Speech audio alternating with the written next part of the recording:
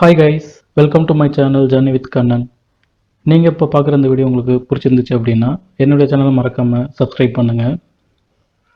Bell ஐக்கானை press பண்ணிவிட்டு all choose பண்ணுங்கள். அப்போ தான் நான் ஃபியூச்சரில் அப்லோட் பண்ணுற எல்லா வீடியோஸோடைய நோட்டிஃபிகேஷன் உங்களுக்கு கிடைக்கும். தேங்க்யூ. இன்றைக்கி நம்ம வீடியோவில் பார்க்க போகிறது ரவா முறுக்கு எப்படி செய்யலாம்னு சொல்லிட்டு. பொதுவாகவே நம்ம வீட்டில் ரவா யூஸ் பண்ணி ரவா உப்புமா செய்வோம். கெஸ்ட் யாராச்சும் வந்தாங்க அப்படின்னா ரவா கேசரி பண்ணுவோம். சில பேர் வந்து ரவா யூஸ் பண்ணி இட்லி கூட செய்வாங்க. பட் ரவா முறுக்கு செய்யலாங்கிறது எத்தனை பேருக்கு தெரியும்னு தெரியல.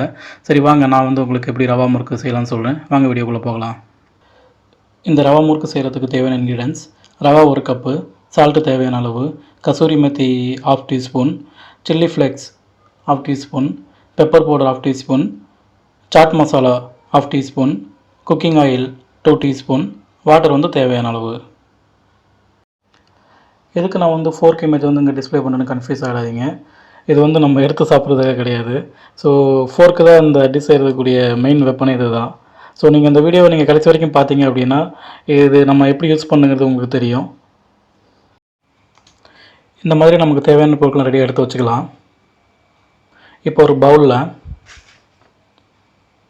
ஃபஸ்ட்டு வந்து பார்த்திங்கன்னா ரவா ஆட் பண்ணுறேன். இது வந்து கசூரி மேத்தி. இது வந்து நல்லா க்ரஷ் பண்ணி ஆட் பண்ணிக்கலாம். அடுத்தது சில்லி ஃப்ளேக்ஸ். இது இன்கேஸ் உங்கள்கிட்ட ரெடிமேடாக இது இல்லை அப்படின்னா நீங்கள் ரெட் சில்லி இருந்ததுன்னா நீங்கள் அதை அதேமாதிரி தயார் பண்ணிக்கோங்க. அடுத்தது பார்த்திங்கன்னா சாட் மசாலா. இது வந்து பெப்பர் பவுடர். ஸோ இந்த பெப்பர் பவுடர் நீங்கள் வந்து பார்த்திங்கன்னா பெப்பரை கொஞ்சம் ஹாஃப் இல்லாட்டி அந்தமாரி பொடி பண்ணி கூட நீங்கள் ஆட் பண்ணிக்கலாம். இது வந்து பார்த்திங்கன்னா சால்ட்டு தேவையான அளவு போட்டுக்கோங்க. இதை நல்லா மிக்ஸ் பண்ணிக்கலாம். இந்த மாதிரி நல்லா மிக்ஸ் பண்ணிக்கிட்டு இதோட சேர்த்து ஆயில் ஒரு 2 டீஸ்பூன் இந்த அளவுக்கு. ஸோ ஆயிலையும் சேர்த்துட்டு நல்லா இன்னொரு தடவை மிக்ஸ் பண்ணிக்கலாம். ஸோ இந்தமாரி நல்லா மிக்ஸ் பண்ணிக்கோங்க.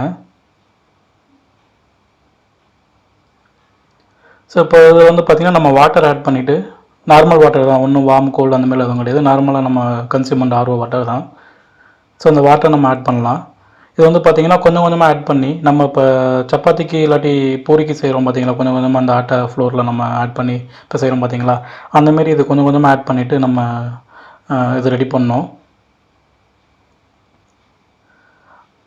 ஸோ ரவா வந்து வாட்டர் கொஞ்சம் அதிகமாகவே அப்சர்வ் பண்ணும்.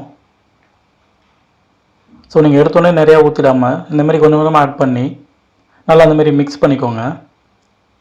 ஸோ இது எந்தமாரி பதம் இருக்கணும்னு பார்த்தீங்கன்னா, நம்ம நார்மலாக பூரி செய்கிறதுக்கு நம்ம பார்த்திங்கன்னா சப்பாத்தியோட கொஞ்சம் ஹார்டாக தான் பண்ணுவோம். ஸோ அந்த மாதிரியான பதம் இருக்கணும். ஸோ அந்த பதம் வர வரைக்கும் நல்லா அந்தமாரி கொஞ்சம் கொஞ்சமாக நம்ம தண்ணி ஊற்றிக்கலாங்க. எடுத்தோடனே ரொம்ப ஊற்றிட வேண்டாம். ஸோ இந்த ஆயில் சொன்னோம் பார்த்தீங்களா, அந்த ஆயில் வந்து பார்த்திங்கன்னா நான் இந்த இடத்துல வந்து பார்த்திங்கன்னா கிரவுண்ட் ஆயில் எடுத்திருக்கேன்.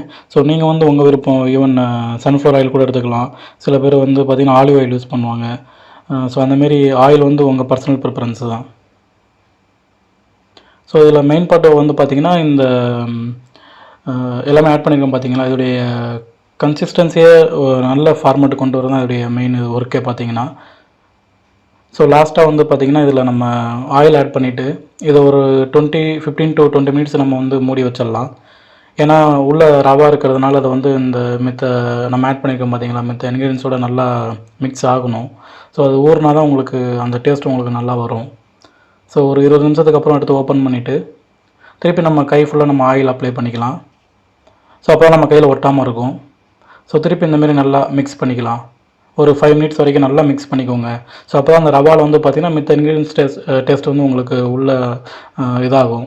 இல்லை அப்படின்னா அந்த ரவாவுடைய டேஸ்ட்டு தனியாக தான் இருக்கும். ஸோ அதனால் நல்லா அந்த ரவாவில் வந்து நம்மளுடைய ஆட் பண்ண இன்க்ரீடியன்ஸ் டேஸ்ட் வேணும் அப்படின்னா நீங்கள் நல்லா அந்தமாரி மிக்ஸ் பண்ணிக்கணும். ஸோ இந்த முறுக்கை பொறுத்த வரைக்கும் மெயின் ஒர்க்கு இது தான். நம்ம எந்த அளவுக்கு நம்ம தண்ணி ஆயில் ஊற்றிட்டு எப்படி நம்ம மிக்ஸ் பண்ணுறோமோ அந்தளவுக்கு உங்களுக்கு டேஸ்ட்டாக வரும்.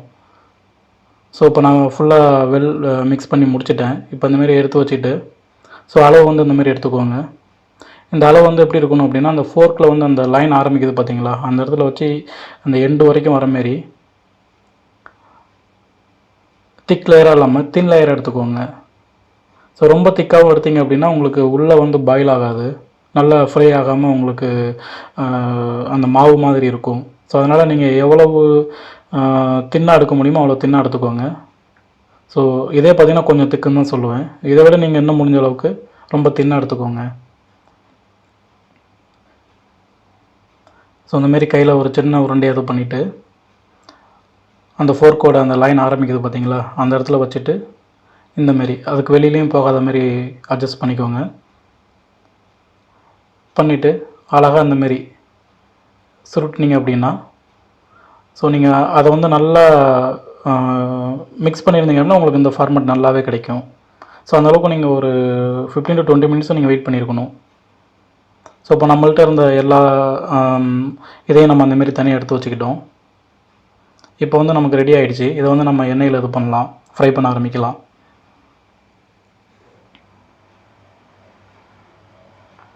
ஓகே, இந்தமாரி அழகாக ஒன்றோட ஒன்று ஒட்டாமல் எடுத்து வச்சுக்கோங்க. இப்போ நம்ம அடுப்பை பற்ற வச்சுட்டு வானிலை ஆயில் ஊற்றிட்டு, நான் வந்து இந்த இடத்துல கிரவுண்ட் ஆயில் யூஸ் பண்ணியிருக்கேன். அதனால தான் உங்களுக்கு மேலே பார்த்திங்கன்னா அந்த ஃபோம் மாதிரி ஃபார்ம் ஆகுது. ஸோ இதில் 1 by 1 போடலாம். அட் த சேம் டைம் எல்லாம் இது பண்ணும்போது மேலே ஆயில் வந்து மேலே தெறிக்க ஆரம்பிச்சிடும். அதனால் மெதுவாக 1 by 1 அதில் போடுங்க. பார்த்திங்களா, பபிள்ஸ் நிறையா வருது. ஸோ இந்தமாரி அந்த வானொலியோட கெப்பாசிட்டி எவ்வளவோ அந்த அளவுக்கு 1 by 1 போட்டுக்கோங்க. அதே போல் ஒன்றோட ஒன்று ஒட்டிடக்கூடாது. ஸோ அதை தனியாக அழகாக பிரித்து விட்டுக்கோங்க. ஸோ ஸ்டார்டிங்கில் மட்டும் அந்த ஒன்றோட ஒன்று ஒட்டாத மாதிரி கொஞ்சம் பிரித்து விட்டுக்கோங்க.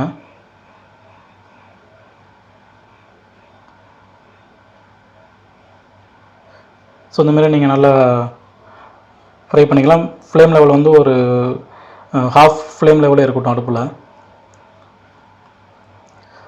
ஸோ அப்போ தான் உங்களுக்கு பார்த்திங்கன்னா நல்லா டீப் ஃப்ரை ஆகும்.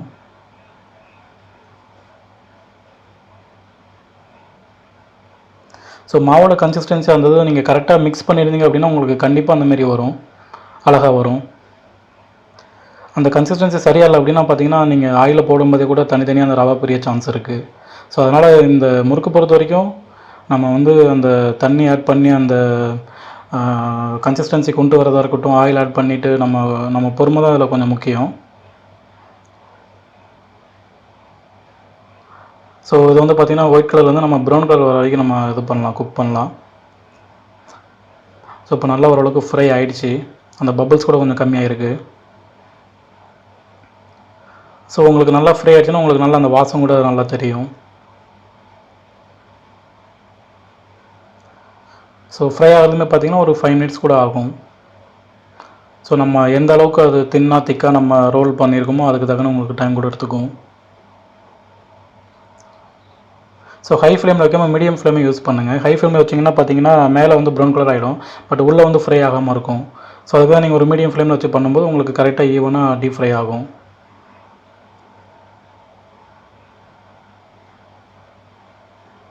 ஸோ இப்போ அந்த பபிள்ஸ் வர குறைஞ்சிருச்சு. இப்போ பார்த்திங்க அப்படின்னா பாருங்கள் நல்லாவே குக் ஆகிருக்கு. ஸோ இதுக்கு மேலே போட்டிங்க அப்படின்னா அதோடைய டேஸ்ட் மாறிடும், ஓவர் ப்ரௌனும் ஆக வேண்டாம். அந்தமாதிரி லைட்டு அந்த கோல்டன் கலருக்கு வந்தோன்னா நீங்கள் எடுத்துடலாம். அவ்வளோதாங்க, நம்ம அந்தமாரி அழகாக எடுத்துகிட்டு நம்ம குழந்தைங்களுக்கு சர்வ் பண்ணலாம். பாருங்கள் எவ்வளோ அழகாக வந்திருக்கு. வாங்க உங்களுக்கு இது எப்படி ஃப்ரை இருக்குன்னு சொல்லி காட்டுறேன். பார்த்தீங்களா, அழகாக ஃப்ரை வந்திருக்கு பாருங்கள். இந்தமாரி ப்ரௌன் கலரில் இருக்கணும். அவ்வளோதாங்க. ஸோ இதை நீங்கள் வீட்டில் செஞ்சு பாருங்கள். இதோட டேஸ்ட்டும் ரொம்ப நல்லாவே இருக்குங்க. செஞ்சு பார்த்துட்டு டேஸ்ட்டு எப்படி இருக்குன்னு சொல்லுங்கள். ஈவன் இதில் வந்து ஒயிட் கலர் எள்ளு இருந்துச்சுன்னா கூட நீங்கள் ஆட் பண்ணிக்கலாம். பாருங்கள், செம்மல்ல. ஸோ இதோடைய ஷேப் வந்து பார்த்தீங்கன்னா பார்க்குறதுக்கு டிஃப்ரெண்ட்டாக இருக்கிறதுனால குழந்தைங்க வந்து விரும்பி எடுத்துப்பாங்க. இதை வந்து நீங்கள் ஈவினிங் ஸ்நாக்ஸாக குழந்தைங்களுக்கு கொடுக்கலாம். ஸோ இதோட சேர்த்து பார்த்தீங்கன்னா லாஸ்ட் டைம் வந்து நம்ம வந்து ஆட்டோ ஃப்ளோரில் வந்து எப்படி எக் ஆட் பண்ணாமல் எக்லெஸ் கேக் எப்படி பண்ணலாம்னு சொல்லிட்டு போட்டிருந்தேன். ஸோ அதோட நீங்கள் இதையும் ஆட் பண்ணி கொடுத்தீங்க அப்படின்னா ரொம்பவே என்ஜாய் பண்ணி சாப்பிடுவாங்க.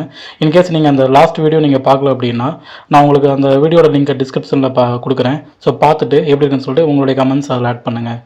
தேங்க்யூ. இந்த வீடியோ நீங்கள் கடைசி வரைக்கும் பார்த்துருப்பீங்கன்னு நினைக்கிறேன். இந்த வீடியோ கண்டிப்பாக உங்களுக்கு பிடிச்சிருந்துச்சு அப்படின்னா இந்த வீடியோவை லைக் பண்ணுங்கள், ஷேர் பண்ணுங்கள், சப்ஸ்கிரைப் பண்ணுங்கள். மறக்காமல் பெல் ஐக்கனை ப்ரெஸ் பண்ணி ஆல் சூஸ் பண்ணுங்கள். பாய்.